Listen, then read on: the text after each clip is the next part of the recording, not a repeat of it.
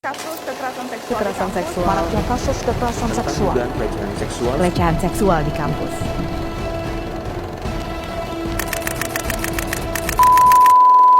Peraturan Mendikbudristek Nomor 30 Tahun 2021, diketahui Permendikbud Nomor 30 ini mengatur tentang pencegahan dan penanganan kekerasan seksual di lingkungan perguruan tinggi. Sekarang ini kita tidak lagi menghadapi penjajahan oleh bangsa asing, tetapi ada bentuk penjajahan lain yang masih terjadi di sekitar lingkungan kita, yakni kekerasan seksual.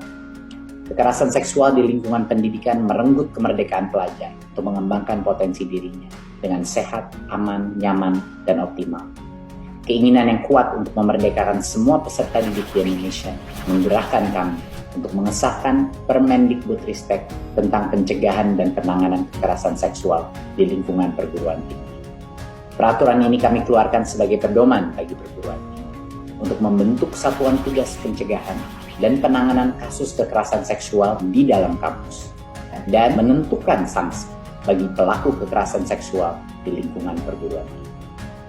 Akhir kata, saya meminta agar kita semua bergerak serentak, menghapus segala bentuk kekerasan di lingkungan perguruan tinggi, terutama kekerasan seksual. Mari bersama kita wujudkan kampus merdeka yang benar-benar merdeka.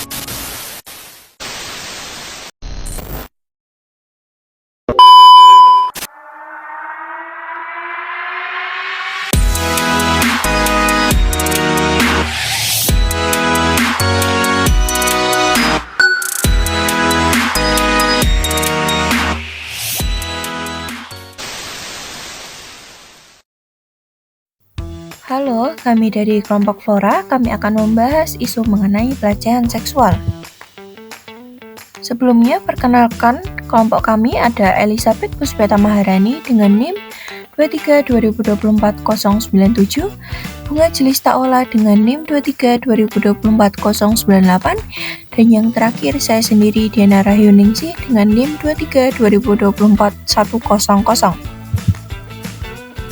Kami akan membahas 8 hal, ada pengertian pelecehan seksual, jenis pelecehan seksual, faktor penyebab, contoh kasus, upaya dan solusi pencegahan, hasil dari upaya yang diterapkan, dampak pelecehan seksual, dan peran agama dalam memerangi kasus pelecehan seksual. Pengertian pelecehan seksual. Pelecehan seksual dapat diartikan sebagai segala bentuk, tindakan, atau perilaku yang bersifat seksual yang dapat dilakukan tanpa persetujuan atau keinginan dari pihak lain dan menyebabkan orang tersebut merasa tidak nyaman, terintimidasi, atau dirugikan. Pelecehan seksual tidak selalu melibatkan kontak fisik. Tindakan seperti komentar bernada seksual, ajakan tidak senonoh, atau perilaku yang bersifat melecehkan secara verbal ataupun non-verbal juga termasuk dalam pelecehan seksual. Jenis pelecehan seksual. 1. Pelecehan seksual verbal, menyampaikan rayuan, lelucon, atau komentar yang berbau seksual dan bertanya tentang pertanyaan pribadi mengenai kehidupan seksual. 2. Pelecehan seksual nonverbal, menatap korban dengan nuansa seksual, melecehkan tampilan fisik atau identitas gender, isyarat tubuh yang mengarah ke arah seksual, menyentuh, meraba, mengusap, atau menggosokkan bagian tubuh kepada korban tanpa persetujuan. 3. Pelecehan seksual daring, mengirimkan pesan bernuansa seksual dengan sengaja tanpa persetujuan korban, mengunggah foto atau informasi korban yang berbau seksual tanpa adanya persetujuan. Yang keempat, eksploitasi seksual, dengan memanfaatkan kekuasaan atau wewenang yang pelaku punya. Yang kelima, permintaan seksual, permintaan aktivitas seksual dengan adanya janji imbalan. Faktor penyebab pelecehan seksual. Terjadi ketidakstabilan emosional ataupun terdapat masalah psikologis yang tidak ditangani, kurang tegasnya atau lemahnya sanksi hukum yang berlaku, kecanduan atau ketergantungan terhadap alkohol dan narkoba, lingkungan masyarakat yang mendukung kekerasan, kurangnya pendidikan dan pemahaman tentang pelecehan seksual, terbiasa menonton video porno, penyalahgunaan kekuasaan. Contoh kasus, 2 pegawai Universitas Pancasila diduga mengalami pelecehan seksual oleh seorang atasan pada awal tahun 2023. Modus pelaku adalah memanggil korban ke ruangannya dengan dalih pembahasan pekerjaan. Korban pertama, seorang perempuan berusia 25 tahun, mengalami sentuhan fisik tanpa izin, menyebabkan syok dan trauma. Sebulan kemudian, korban kedua juga mengalami pelecehan saat dipanggil ke ruangan yang sama. Meski telah melapor ke yayasan universitas, tidak ada tanggapan sehingga korban akhirnya melaporkan kasus ini ke pihak kepolisian. Upaya pencegahan pelecehan seksual. Bila ingin melaporkan, lebih baik mempersiapkan suatu hal yang bisa menjadi bukti agar pihak kampus dapat mempercayainya. Menghindari tempat-tempat yang beresiko seperti tempat yang sepi dan tempat yang gelap. Berani berkata tidak untuk menolak kepada orang yang membuat tidak nyaman.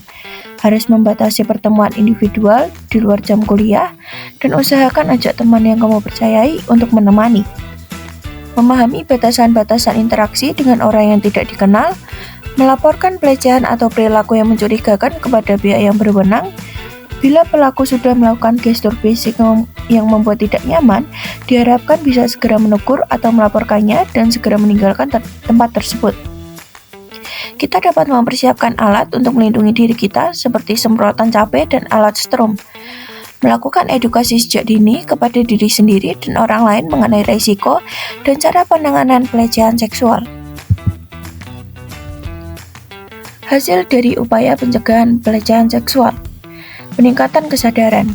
Individu menjadi lebih sadar akan risiko pelecehan seksual dan cara menghadapinya, sehingga mereka dapat lebih waspada dalam lingkungan tertentu. Lingkungan yang aman.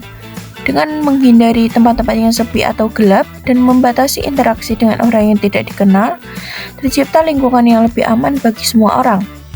Pendidikan pencegahan dini. Edukasi sejak dini membantu individu memahami resiko dan penanganan pelecehan seksual, sehingga mereka dapat melindungi diri dengan lebih efektif dan membantu orang lain untuk waspada. Pengurangan kasus pelecehan. Meningkatnya pelaporan pelecehan kepada pihak berwenang dan adanya persiapan alat pertahanan diri bisa mengurangi angka pelecehan seksual.